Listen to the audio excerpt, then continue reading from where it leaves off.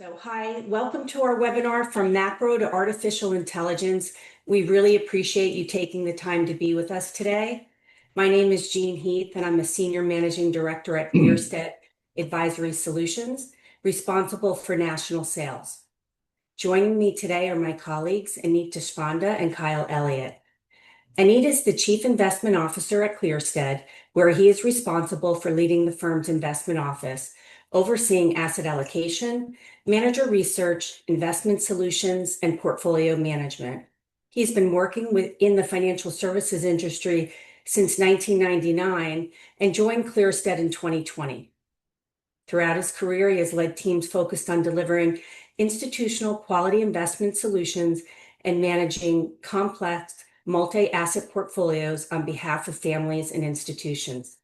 Aneet obtained his BSBA in finance from the University of Louisville and holds the Chartered Financial Analyst designation.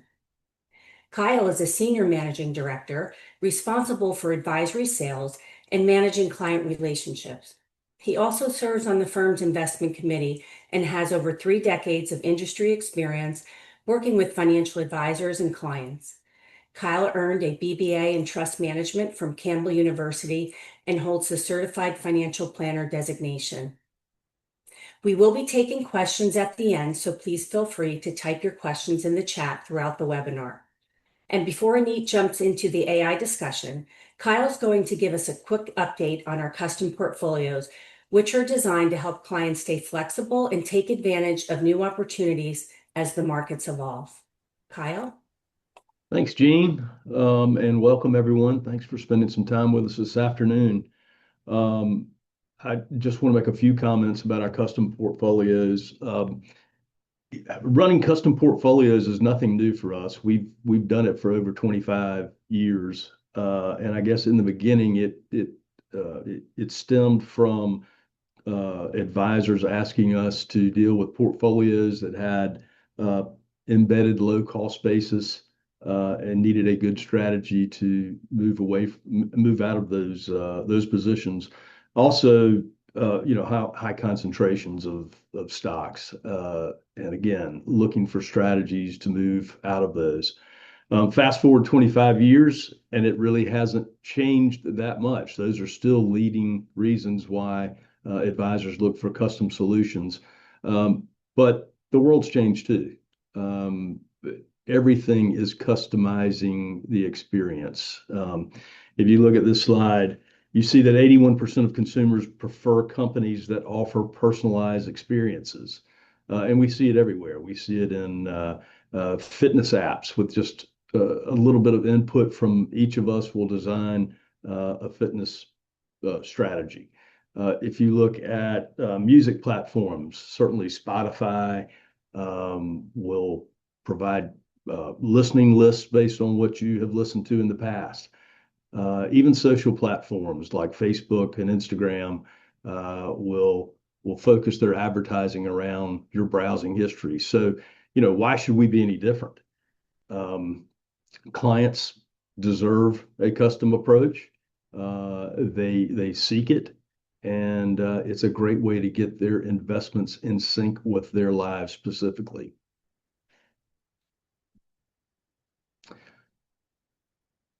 We're able to do this through a number of different securities. If first of all, we rely on you as the advisor to come up with a risk profile, whatever that may be, and then we can implement it using individual stocks, global equity ETFs, maybe a combination of both. On the fixed income side, we can use taxable bond funds or ETFs. Municipal bond funds or ETFs, individual bonds, taxable. We can also do nationally tax-free or even state-specific tax-free and high income. In periods of high volatility, liquid alternatives become very important to take some of that volatility out of a portfolio. The good news is we can do all of this in one account. And that's very, very important for 2 reasons. One, the advisor can get their arms around it. And number 2, the client understands it better. So as I've mentioned, we can be highly customizable. Each solution can be built for that client depending on their current portfolio or their current needs. Diversification, risk management does matter, and even though we customize and can work around certain securities, we do want to have an eye towards risk management. I mentioned the simplified approach with a single account, and of course, tax efficiency. We can incorporate legacy positions. Uh, Gains can be spread out over time, and we will actively harvest losses in order to offset gains either during the year or at the end of the year. So why choose us? We can provide a tailored solution. We can give expert guidance and access. As an advisor, you've got access to our investment team, our research, our strategies. We're happy to assist with proposals and even talk to your clients with you to present these proposals and sometimes even the client meetings. High touch service. We want to stay in touch with you. We want to continue to offer you different strategies to help you add value to your client. Those are my comments, and I will turn it over to Aneet at this point. Kyle, thank you so much. And thank you all for joining us today. We're going to spend a little bit of time talking about this broader theme of AI and really try to distill it into a few different things. One, brief discussion on the history, talk about some of the use cases, how private markets are influencing this continued build out in AI, and just overall thoughts in terms of where we think the markets are going and the economy in general, and how we think it's going to impact the economy. So, not to spend too much time on timelines, but really the way to think about this is twofold. One, you had this big formative era, and as people think about AI, they think about it as being something that's happened in the past, 3-4 years vis-a-vis the launch of ChatGPT 3.0. The reality is this has been going on for quite some time, from academia all the way to actual technology applications. So in this formative era between the 1940s and late 80s, early 90s, you had this period of mostly science fiction, if you will, and we have this point here, 2001: Space Odyssey, which by the way is a great movie if you haven't seen it, where HAL 9000 was broadly speaking a thing of science fiction. Now we're looking more like reality, which is pretty interesting. So you have this formative era, which intersects with now the age of the internet, technology, compute generally increasing, and you get into this massive period of investment, triggered from the late 90s into where we are today. Just to call out a couple of things here that kind of works through the timeline a little bit.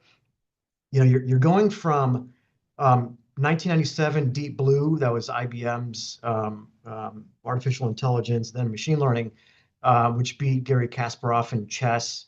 You had IBM's Watson win Jeopardy in 2011. That was 14 years later, but that was the advancement in technology there.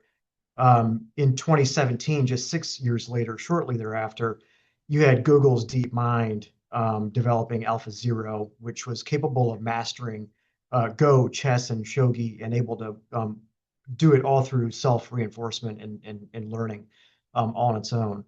And then just 3 short years later, you had this thing called ChatGPT launch, which now obviously everybody here is probably pretty familiar with, 3.0. And that launch really propelled us into this next phase of technology and data.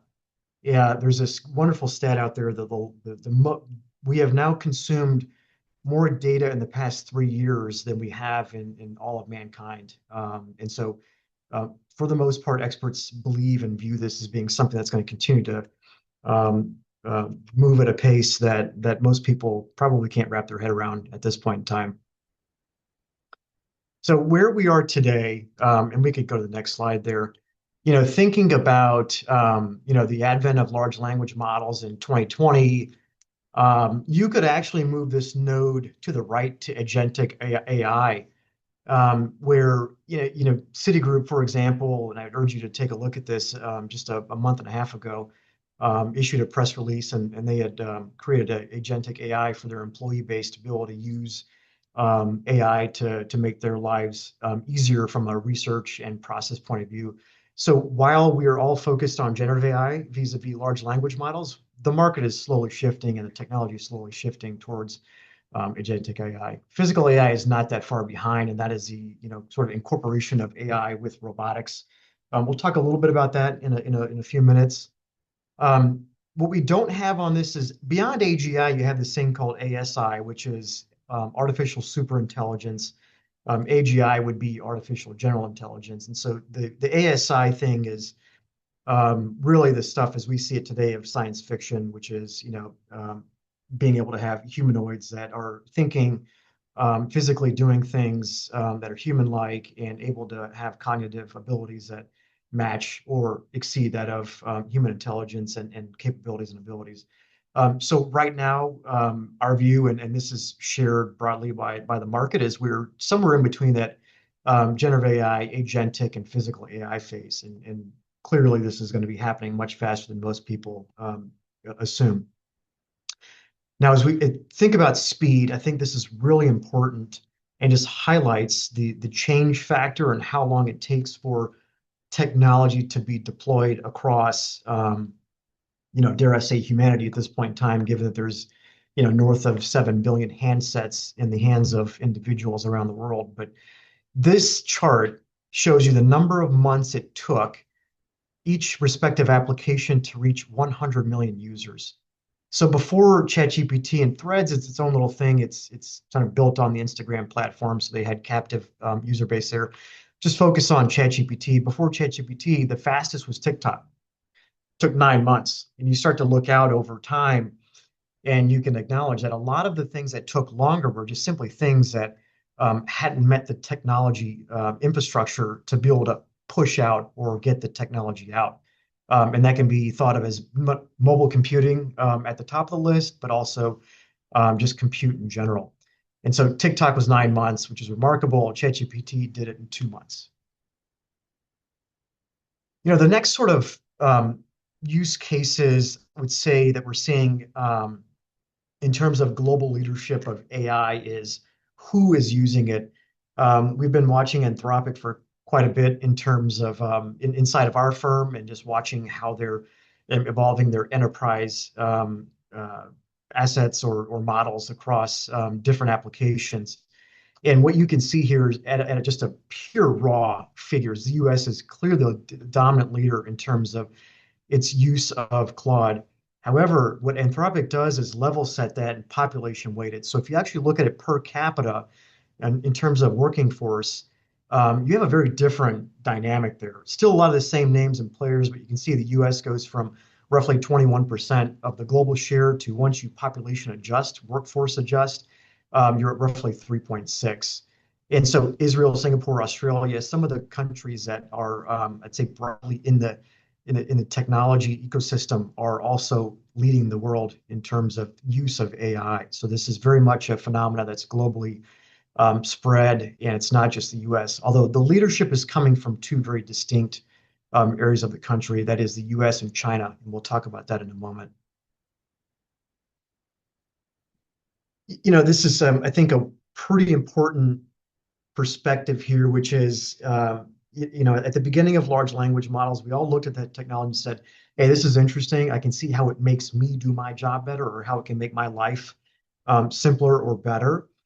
And as you start to iterate through versions and get more progressed in not only the models, but the compute, the technology, what you're seeing now is this shift from automation to augmentation. And if you look at that green line there, that's the proportion of people using, in this case, Anthropic's models for automation versus augmentation. The green line would be automation. And so that is literally taking tasks and automating them versus augmentation in the blue line, which is now, using AI to help you with your own tasks and respective work. So we've had that crossover with newer versions.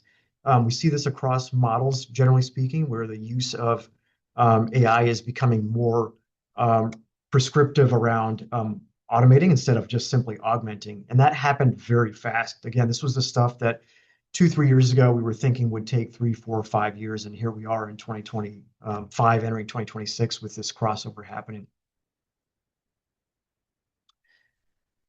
Public markets, this is a pretty fascinating, but also interesting point that, there was a point in time where if you just simply said AI on your earnings call, you attracted interest from investors and from the street.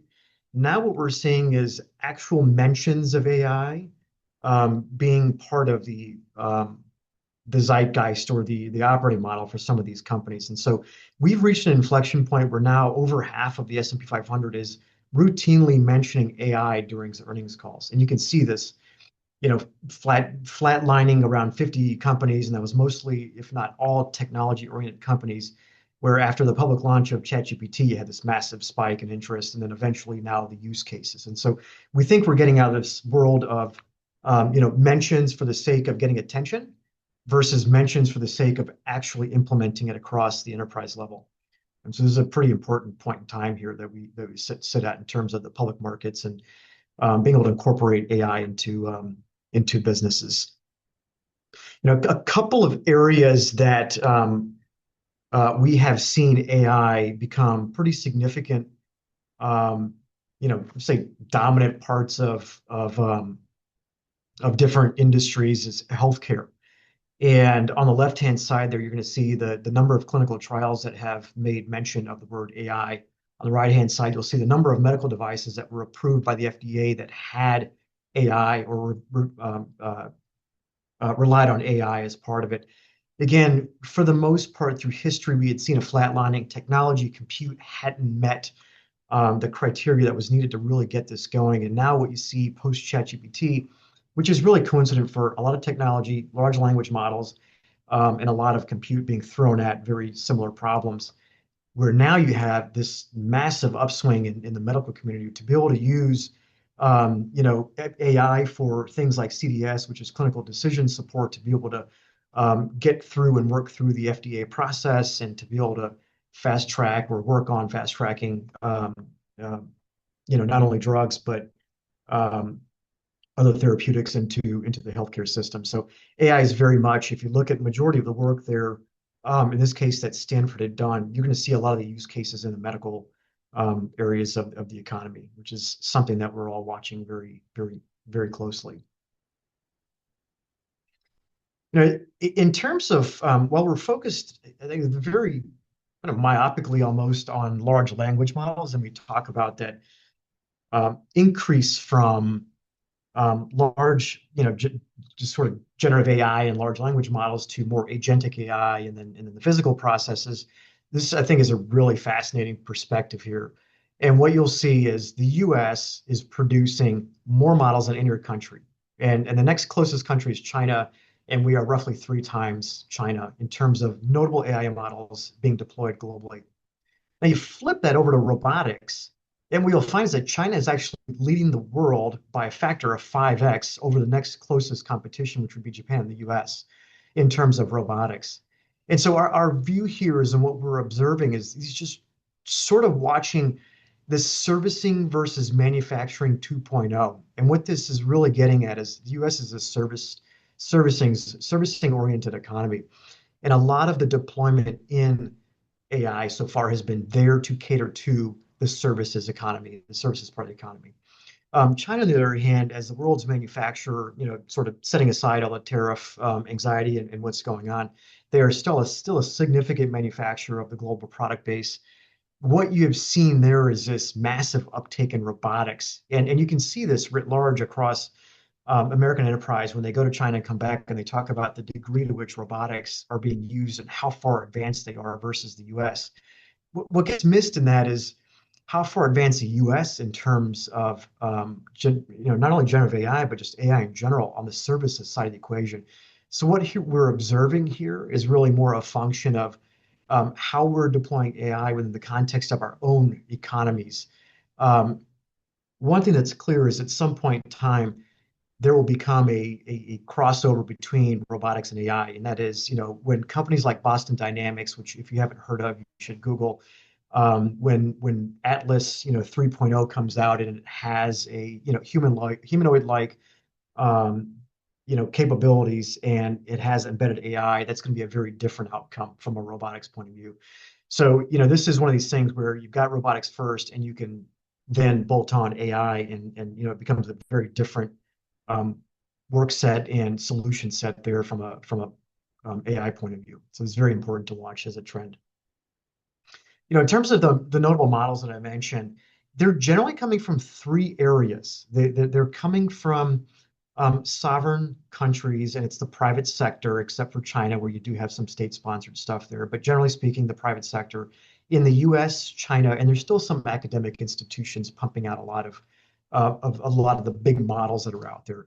And so I think this is really important to just sort of illustrate the role that the U.S. market and the hyperscalers and the Mag 7 and what you're observing in public markets writ large, again, is all predicated on these companies here. You think like Google, OpenAI is private still, but you got Google, OpenAI, Apple, Meta, NVIDIA, Anthropic's private still, Mistral private still, Ryder private still. And you have Alibaba, which is a Chinese company, ByteDance, obviously, Chinese company, DeepSeek, a Chinese private company, Tencent, public company, that's China.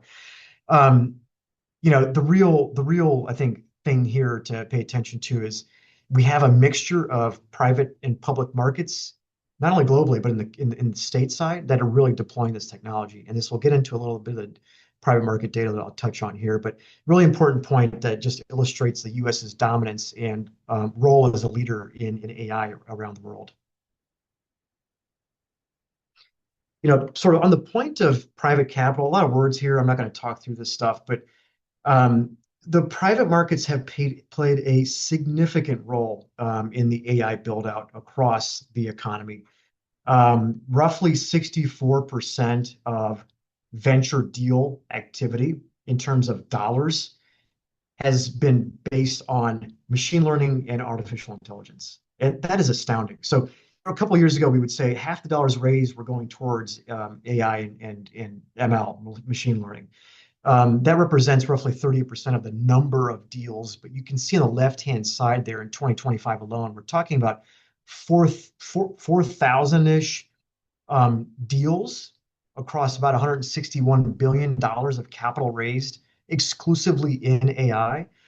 And so, when people ask us about the things, in relation to bubbles in the public market, what you're observing is there are a lot of dollars chasing, yes, a handful of public market companies.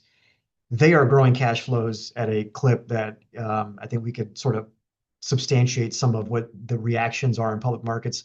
Private markets, a little bit of a different story here.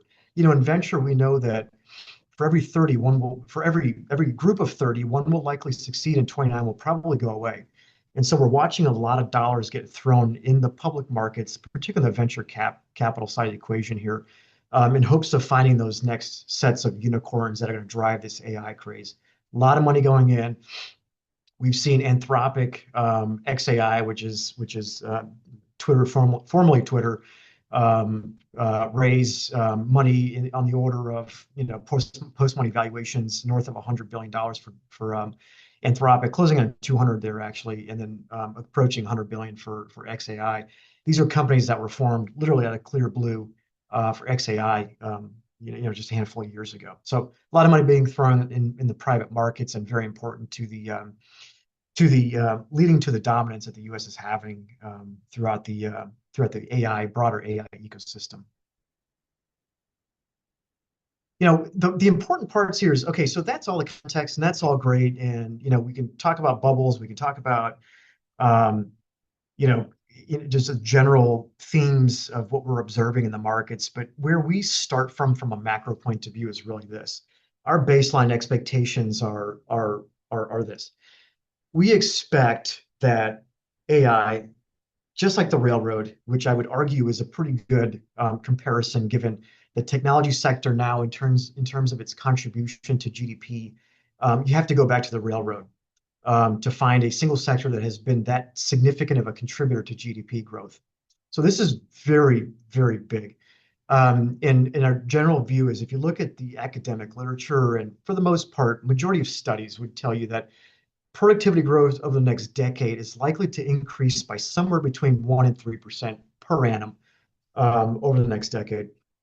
This is extremely important because you have to convert this now to dollars, and we can flip to the next slide there.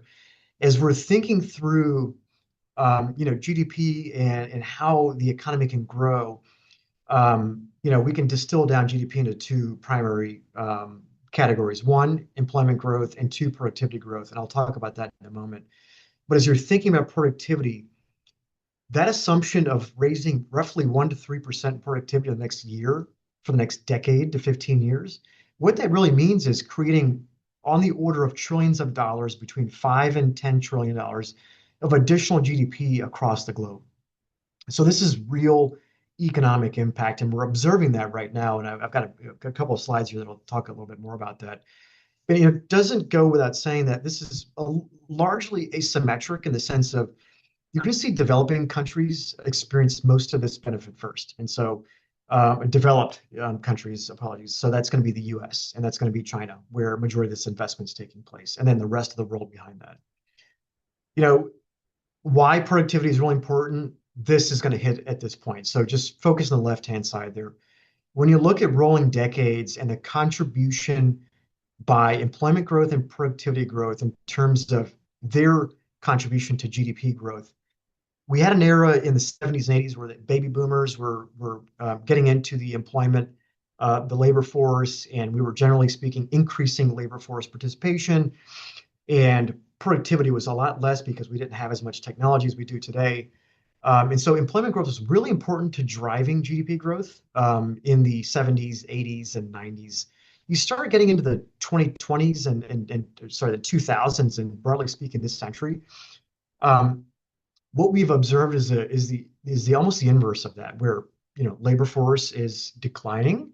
We are obviously now with immigration policy, the ability to increase labor force vis-a-vis policy is shifting quite a bit. You have a baby boomer cohort that is slowly coming out of the labor force. And so what's really important to be able to drive GDP growth for the next decade is productivity.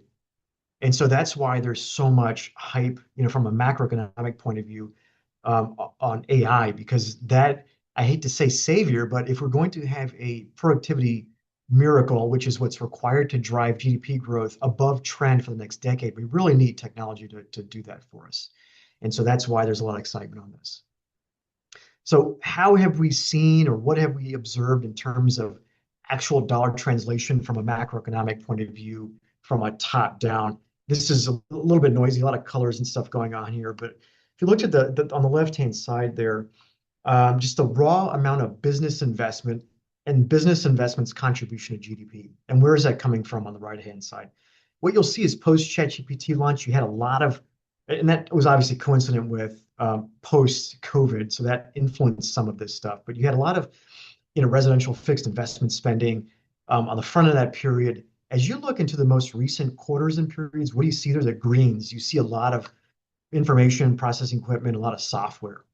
And what you're seeing on the back end is a lot of decline, at least on the residential fixed asset investment side of the equation.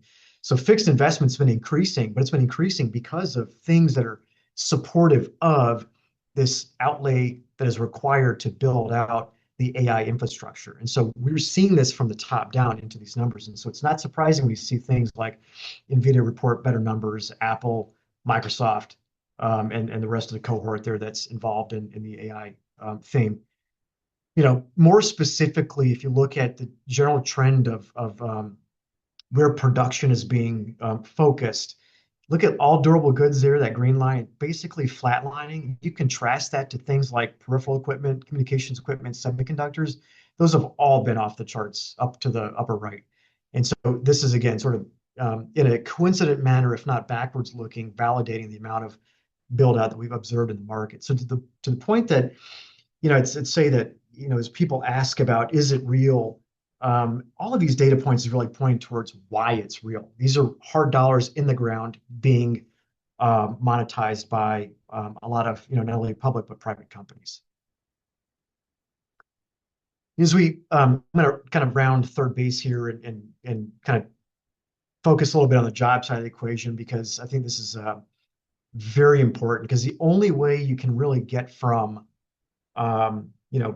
productivity, margin expansion, the things that we think are going to be the eventual drivers for what we believe are higher trend GDP based on higher levels of productivity, is how do you do that without really disrupting society and having massive employment disruptions?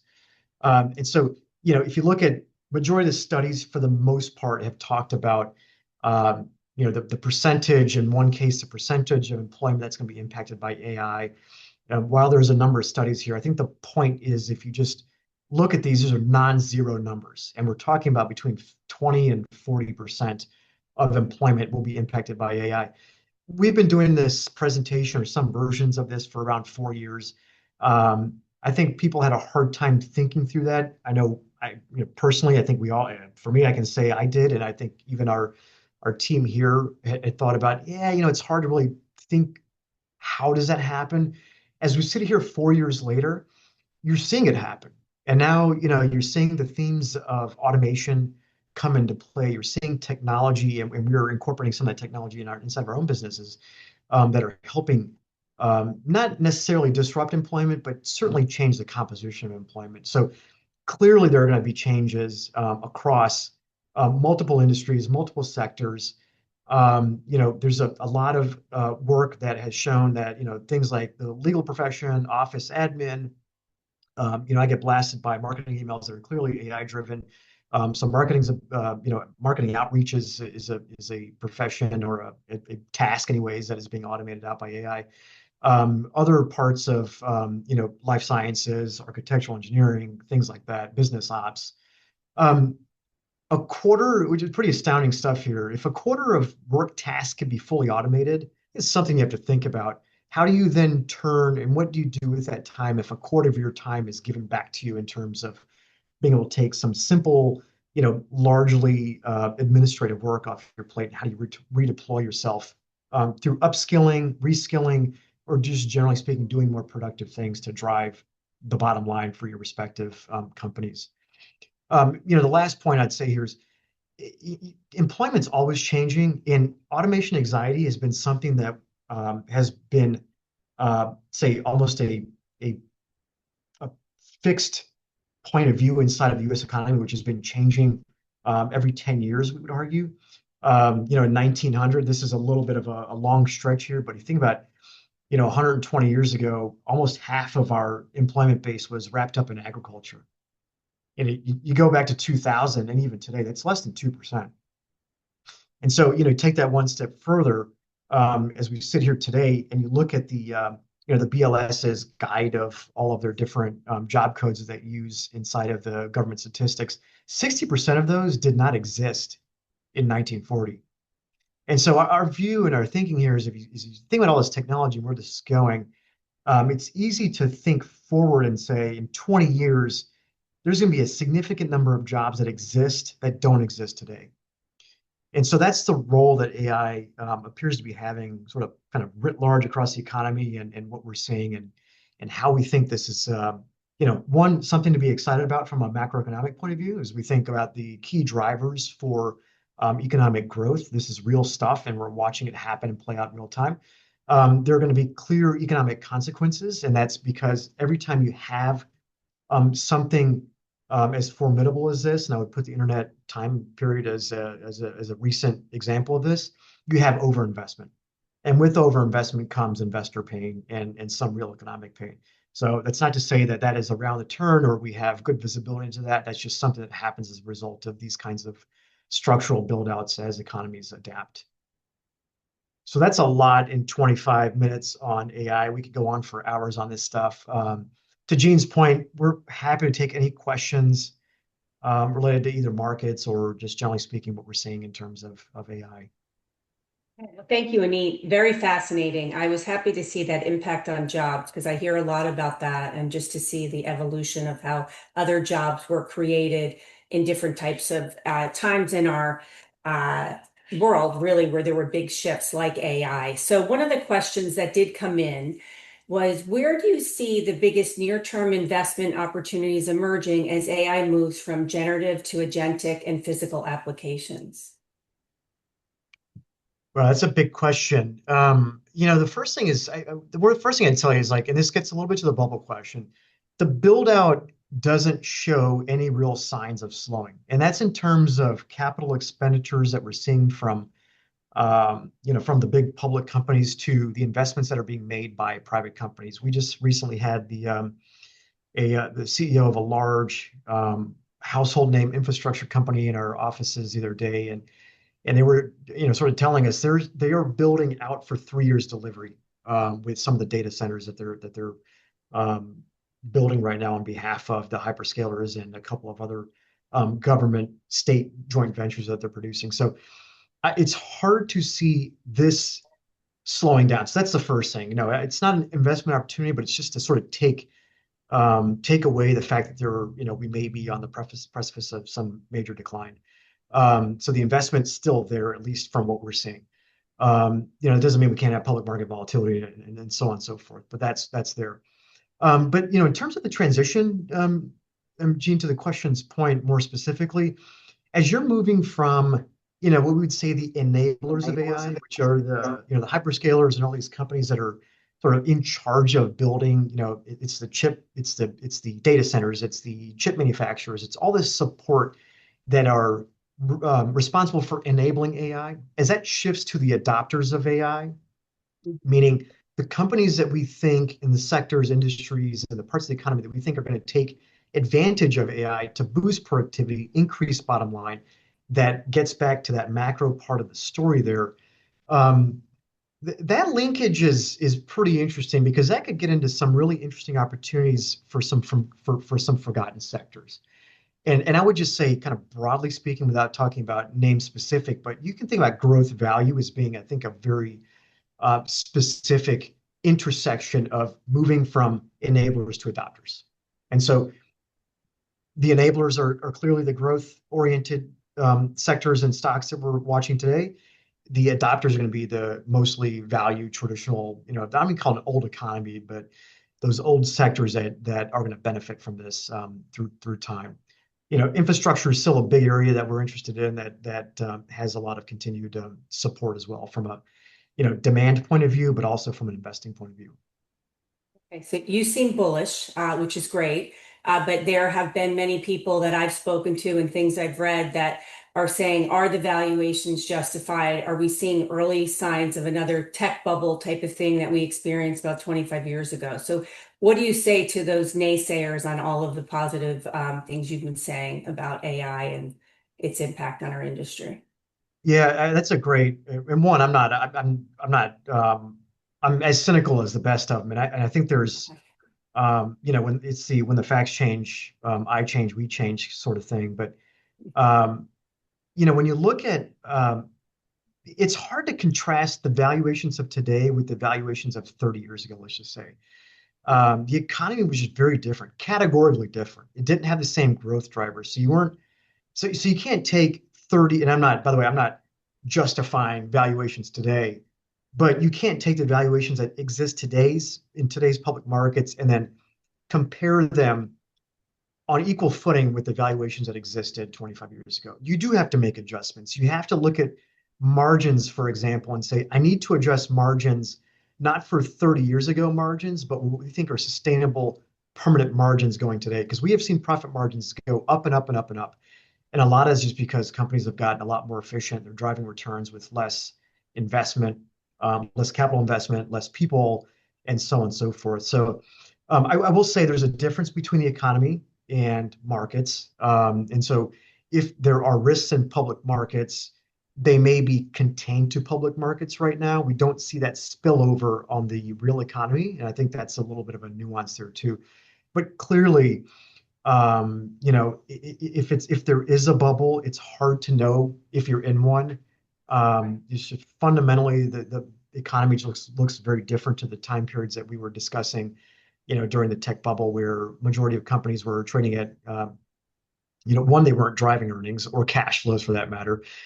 Two, they were trading at much higher peak to earnings valuations. So it's hard to compare a bubble with a bubble, but we're certainly not, comparatively speaking, at that point in time. But again, there are invariably going to be malinvestment, misinvestment, overinvestment in here. Hard to say where that ends up falling out in terms of specific stock sectors. I think people can use their imagination to figure out where that's going to be. But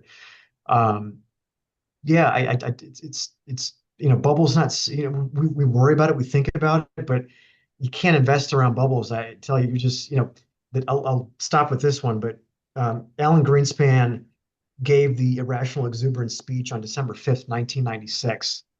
And that was in recognition of, the market having gone up by, 20 some odd percent for the 3 years prior, and all the build out, all the hype, all the things that, you could argue we were hearing about today. What happened from 96 to when we finally peaked in March of 2000? The S&P 500 went up another 120%.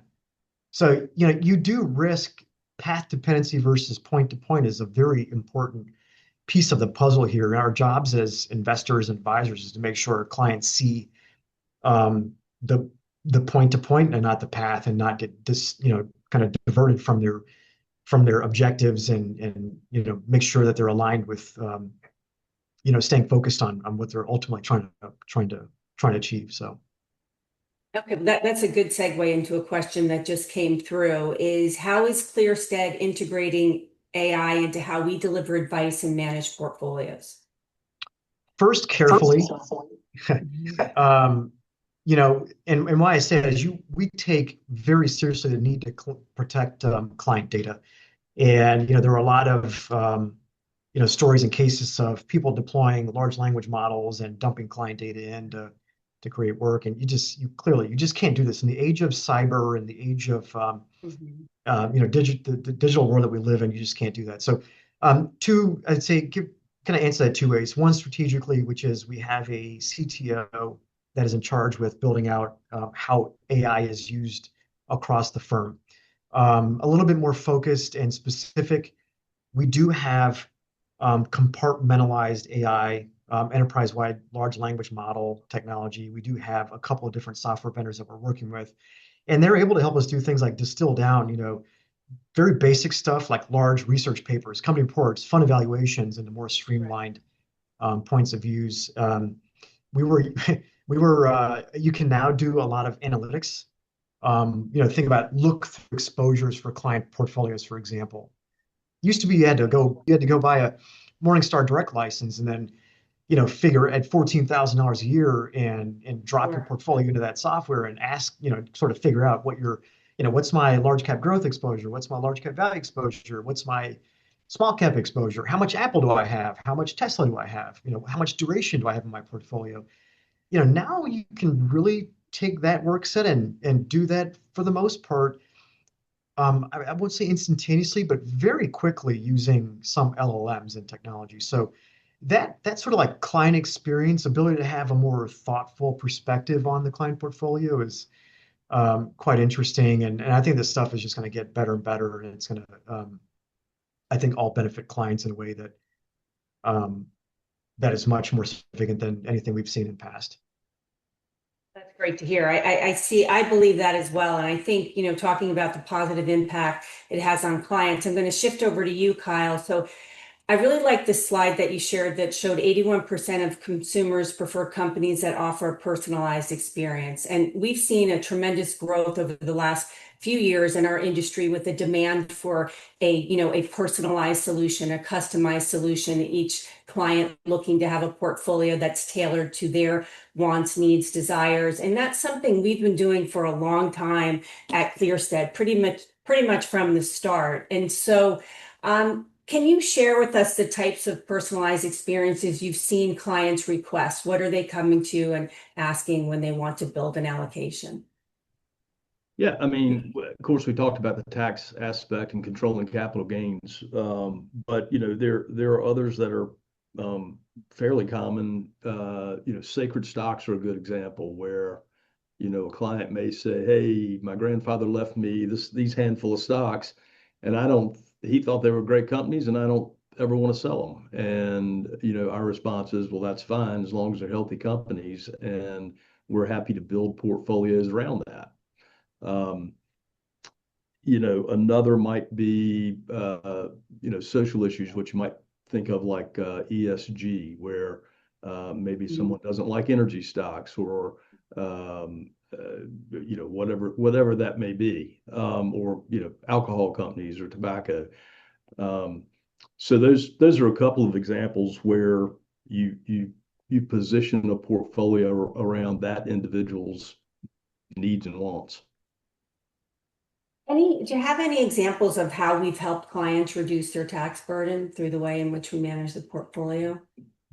Not specifically, but if you can think about the ability to control capital gains in a portfolio and defer those taxes into future years and the compounding effect of that. So, for instance, if at the end of the year, a client looks at their portfolio and they've made $100,000, but their tax liability is 8 or 10, and they're able to defer the rest of it into the following year, and maybe the following year and the following year. And that becomes incredibly powerful from a time value of money.